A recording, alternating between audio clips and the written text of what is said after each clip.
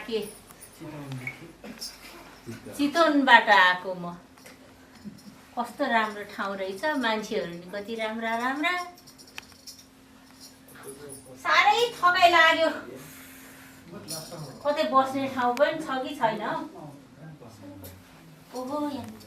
राम्रो रहेछ यो ठाउँ बस्नलाई है कुर्सी छ तर के हो यहाँ त पाप लेखेछ के हो यो पाप भनेको जेसुकै होस् है आफूलाई यहाँ ढाड दुखेर कस्तो भइसक्यो बस्दिन्छु लज्जा बसे कति आनन्द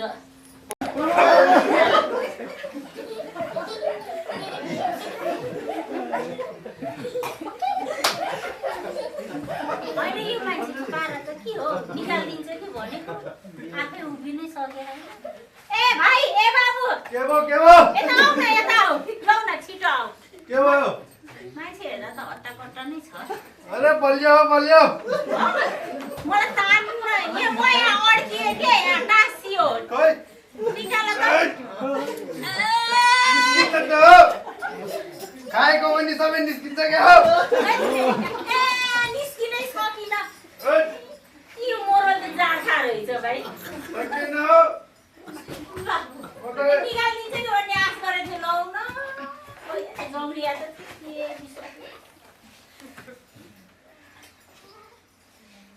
अब कोही आउला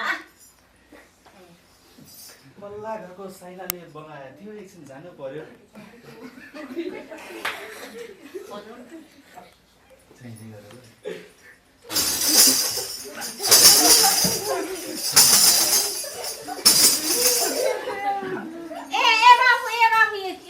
धामी हुन् कि के हो हजुर आमा म त यहाँ संसारको सबैभन्दा हामी जातिमै ठुलो ए लौ न मेरो एउटा काम गरिदिनु म त यहाँ बसेको थिएँ है के भयो आमा यो पाप लेखेको थियो के हो कुनै थाहा भएन टाँसिए यही लौ न मलाई निकालिदिनु पर्यो ल के गर्नु छ गर्नु त लौ छिटो त्यस्तो के किन यहाँ त कतिजना बस्नु भएको हजुर अति भइसक्यो नि टाँसेको छु एउटा थियो जाँडाको थियो जस्तो थियो मोरो तान्न खोजे मरि गए सकेन तपाईँले सक्नुहुन्छ होला पेट लागेको होला नि म एकैछिन खोजेर निकालिदिन्छु है शान्त बस्नु होला लौ छिटो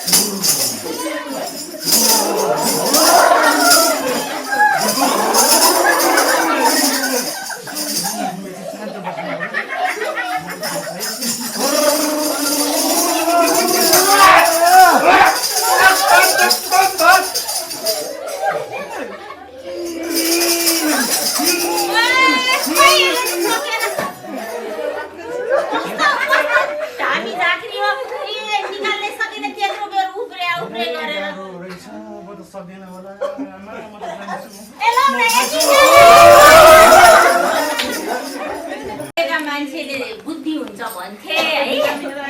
पढे लेखेको मान्छेले निकालिदिन्छ मान्छे हेर्दा त पढे लेखेको जस्तै देख्छ ए लु न बा म यहाँ टाँसेको टाँसे भयो निकाल्नु पर्यो के गर्ने सुई लाउने कि के गर्ने ए यो टाँसेको चेक गर्नुपर्छ तानेको ताने गरे छोड्यो ले मलाई पढे लेखा मान्छे भने बुद्धिमानी हुन्छ सबै हेरेछ मेरो काम होइन यो डाक्टरको काम होइन अनि के हो त पढे लेखा मान्छे बुद्धिमानी हुन्छ मान्छे त हो तर तपाई चिप्किनु भएको छ मैले सकिन अब जान्छ अर्को ल अब बित्तारै परिगयो नि ल भइगयो नि सर्वनाशै भयो टाँसे भयो म त अब के गर्ने होला को आउला बडी बिल्डर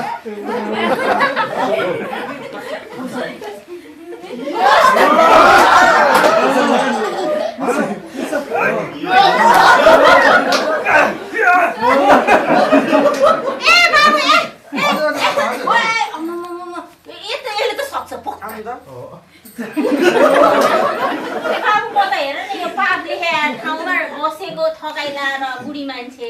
म त एकदम बोलेछु नि त म तपाईलाई थाहा निकाल्दिन्छु ल आउनु ल ल ओइ हात भाँचेल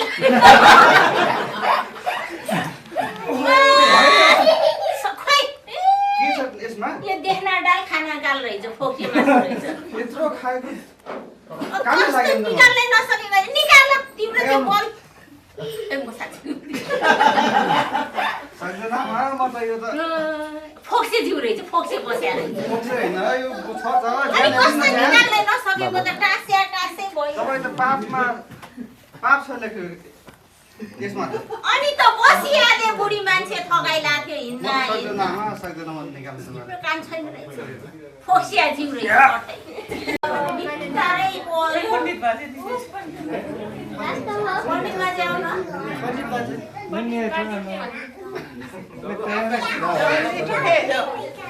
बिस्तारै पर्यो अब कसले निकाल्दैन आज पनि ढिलो भयो जय गाउँमा सङ्गति जानु थियो धनगढीको चर्चमा बोल्दा थिएँ आज बिस्तारै कोही मान्छे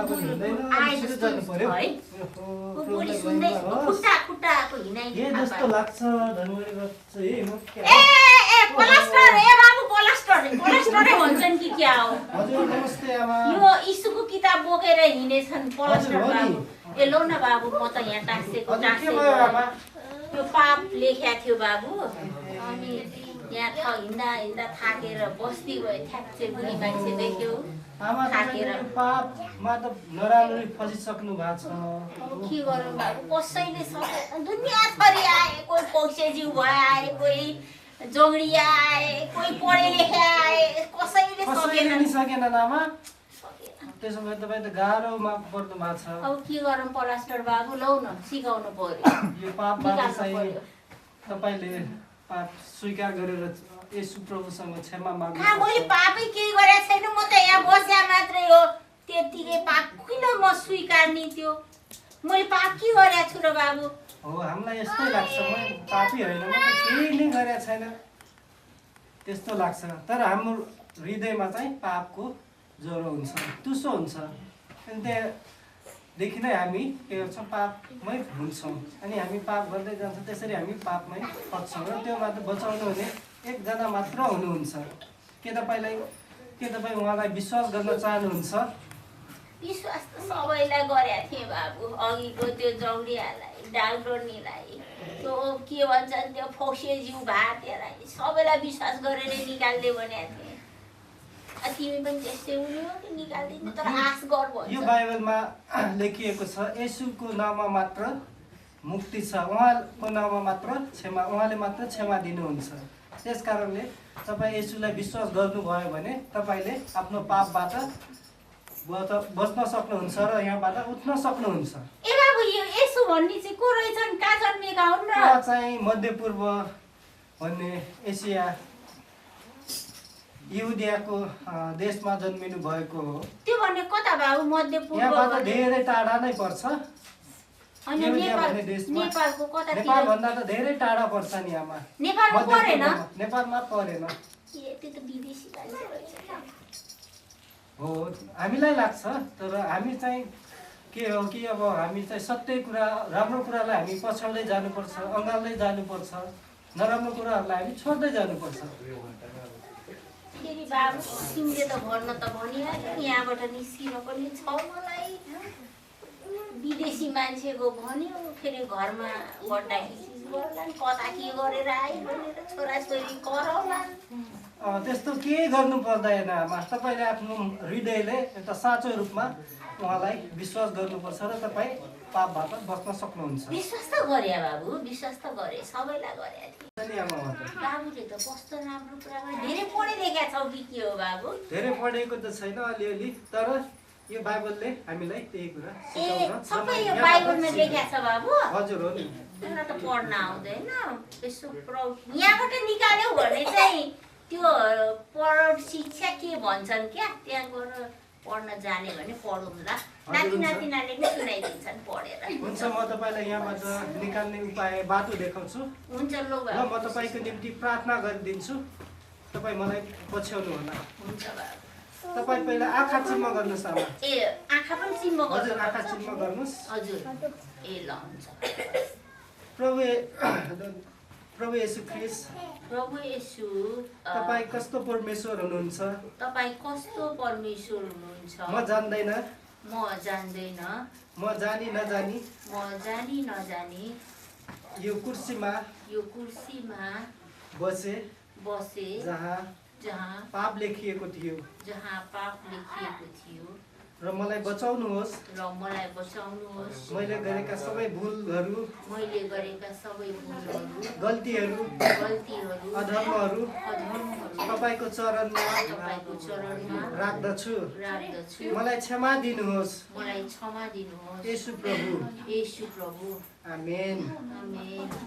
हुन्छ आमा म तपाईँलाई सहायता गर्छु मलाई हात अब दिनुहोस् निस्किन्छ बिस्तारै बाबु। सायद कोसिस गर्नुहोस् तामा सक्नुहुन्छ कि नै सक्नुहुन्छ येशूको नाममा तपाईँ सक्नुहुन्छ ए सक्यो भाइ